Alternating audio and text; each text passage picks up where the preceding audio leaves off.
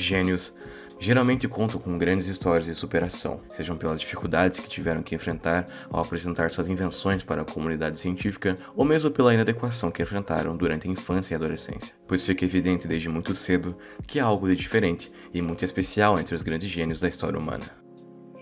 Flint Lockwood se situa exatamente por entre esse seleto e especial grupo de pessoas. Incompreendido, o jovem aspirava ser um grande inventor, como Nikola Tesla, e que inclusive tem um pôster em seu quarto. Mas por ter nascido em uma pequena ilhota no Pacífico, conhecida apenas por sua atividade de pesca, o personagem via suas chances como extremamente ínfimas. Mas mesmo assim, as possibilidades contra si não o fizeram desistir de seu sonho, que era a coisa mais importante de sua vida. Na casa dos 20 anos, Flint não via mais como mudar de situação e estava a ponto de desistir. Mesmo tentando emplacar uma grande invenção desde a infância, o personagem vinha apresentando apenas grandes fracassos, como os sapatos em spray e os ratos com asas. As ideias do personagem eram originais, mas faltava um direcionamento adequado para onde poderiam ser aplicadas. Pois seus projetos, porém nada contribuírem com a comunidade, acabavam sendo ridicularizados pela população da ilha, que caçoavam com todos os fracassos do inventor, e não perdiam uma oportunidade de rir de sua postura reclusa e introvertida.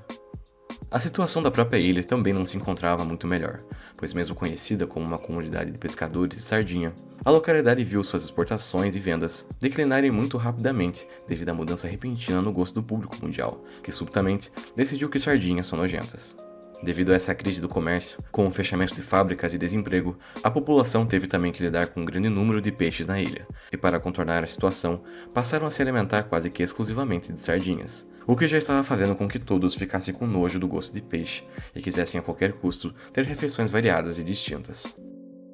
Não é verbalizado em nenhum momento da trama, mas fica implícito que toda a população da ilha é muito pobre, e por isso ninguém tem condições de importar comida do continente, nem mesmo o prefeito, que já ficando sem ideias, aposta todas as economias do local no projeto de transformar a ilha em um ponto turístico pautado na história da pesca de sardinhas, o que já estava fadado ao fracasso de qualquer forma, mas vê suas esperanças de mudança ruírem completamente após o caos e a destruição causadas por Flint no primeiro ato da trama.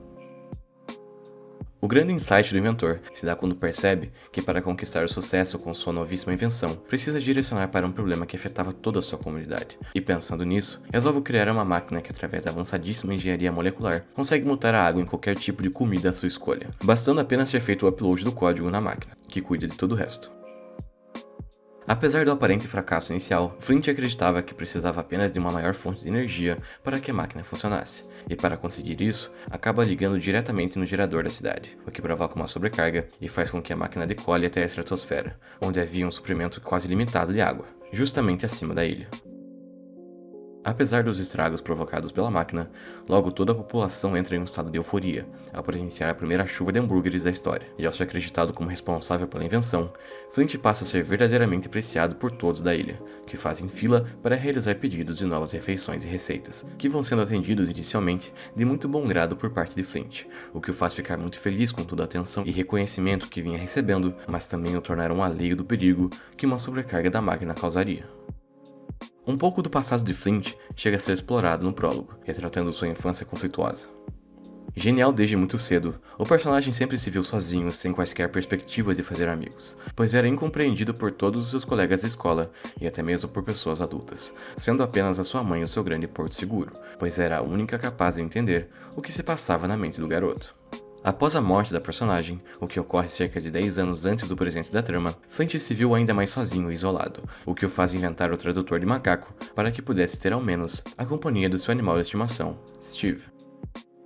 Sua relação com seu pai, embora não seja conflituosa de fato, também não é das melhores, pois os dois personagens são muito distantes e têm alguns problemas de comunicação que se mostram como praticamente intransponíveis. Tim Lockwood chega até a se esforçar em dados momentos, mas não entende nada que o filho diz, que tem teorias e um palavreado muito rebuscado, enquanto ele próprio se descreve apenas como um simples homem e pescador. Mesmo querendo apoiar o filho em sua empreitada na ciência, o personagem não via mais como continuar o sustentando, principalmente após a crise das sardinhas na ilha, então a situação o obriga a exigir que Flint comece a trabalhar, pois até então não havia apresentado nenhum resultado concreto de que suas invenções funcionariam, apenas promessas, o que chega até a ser recusado por Flint a princípio, mas acaba sendo aceito porque o protagonista percebe que de fato estava fracassando como inventor, mas também o dá forças para tentar uma última vez, fazendo o teste da máquina de comida. O sucesso repentino e estrondoso da criação faz com que Flint se deleite com toda a atenção que passou a receber da população da ilha, que o saudavam agora como um herói.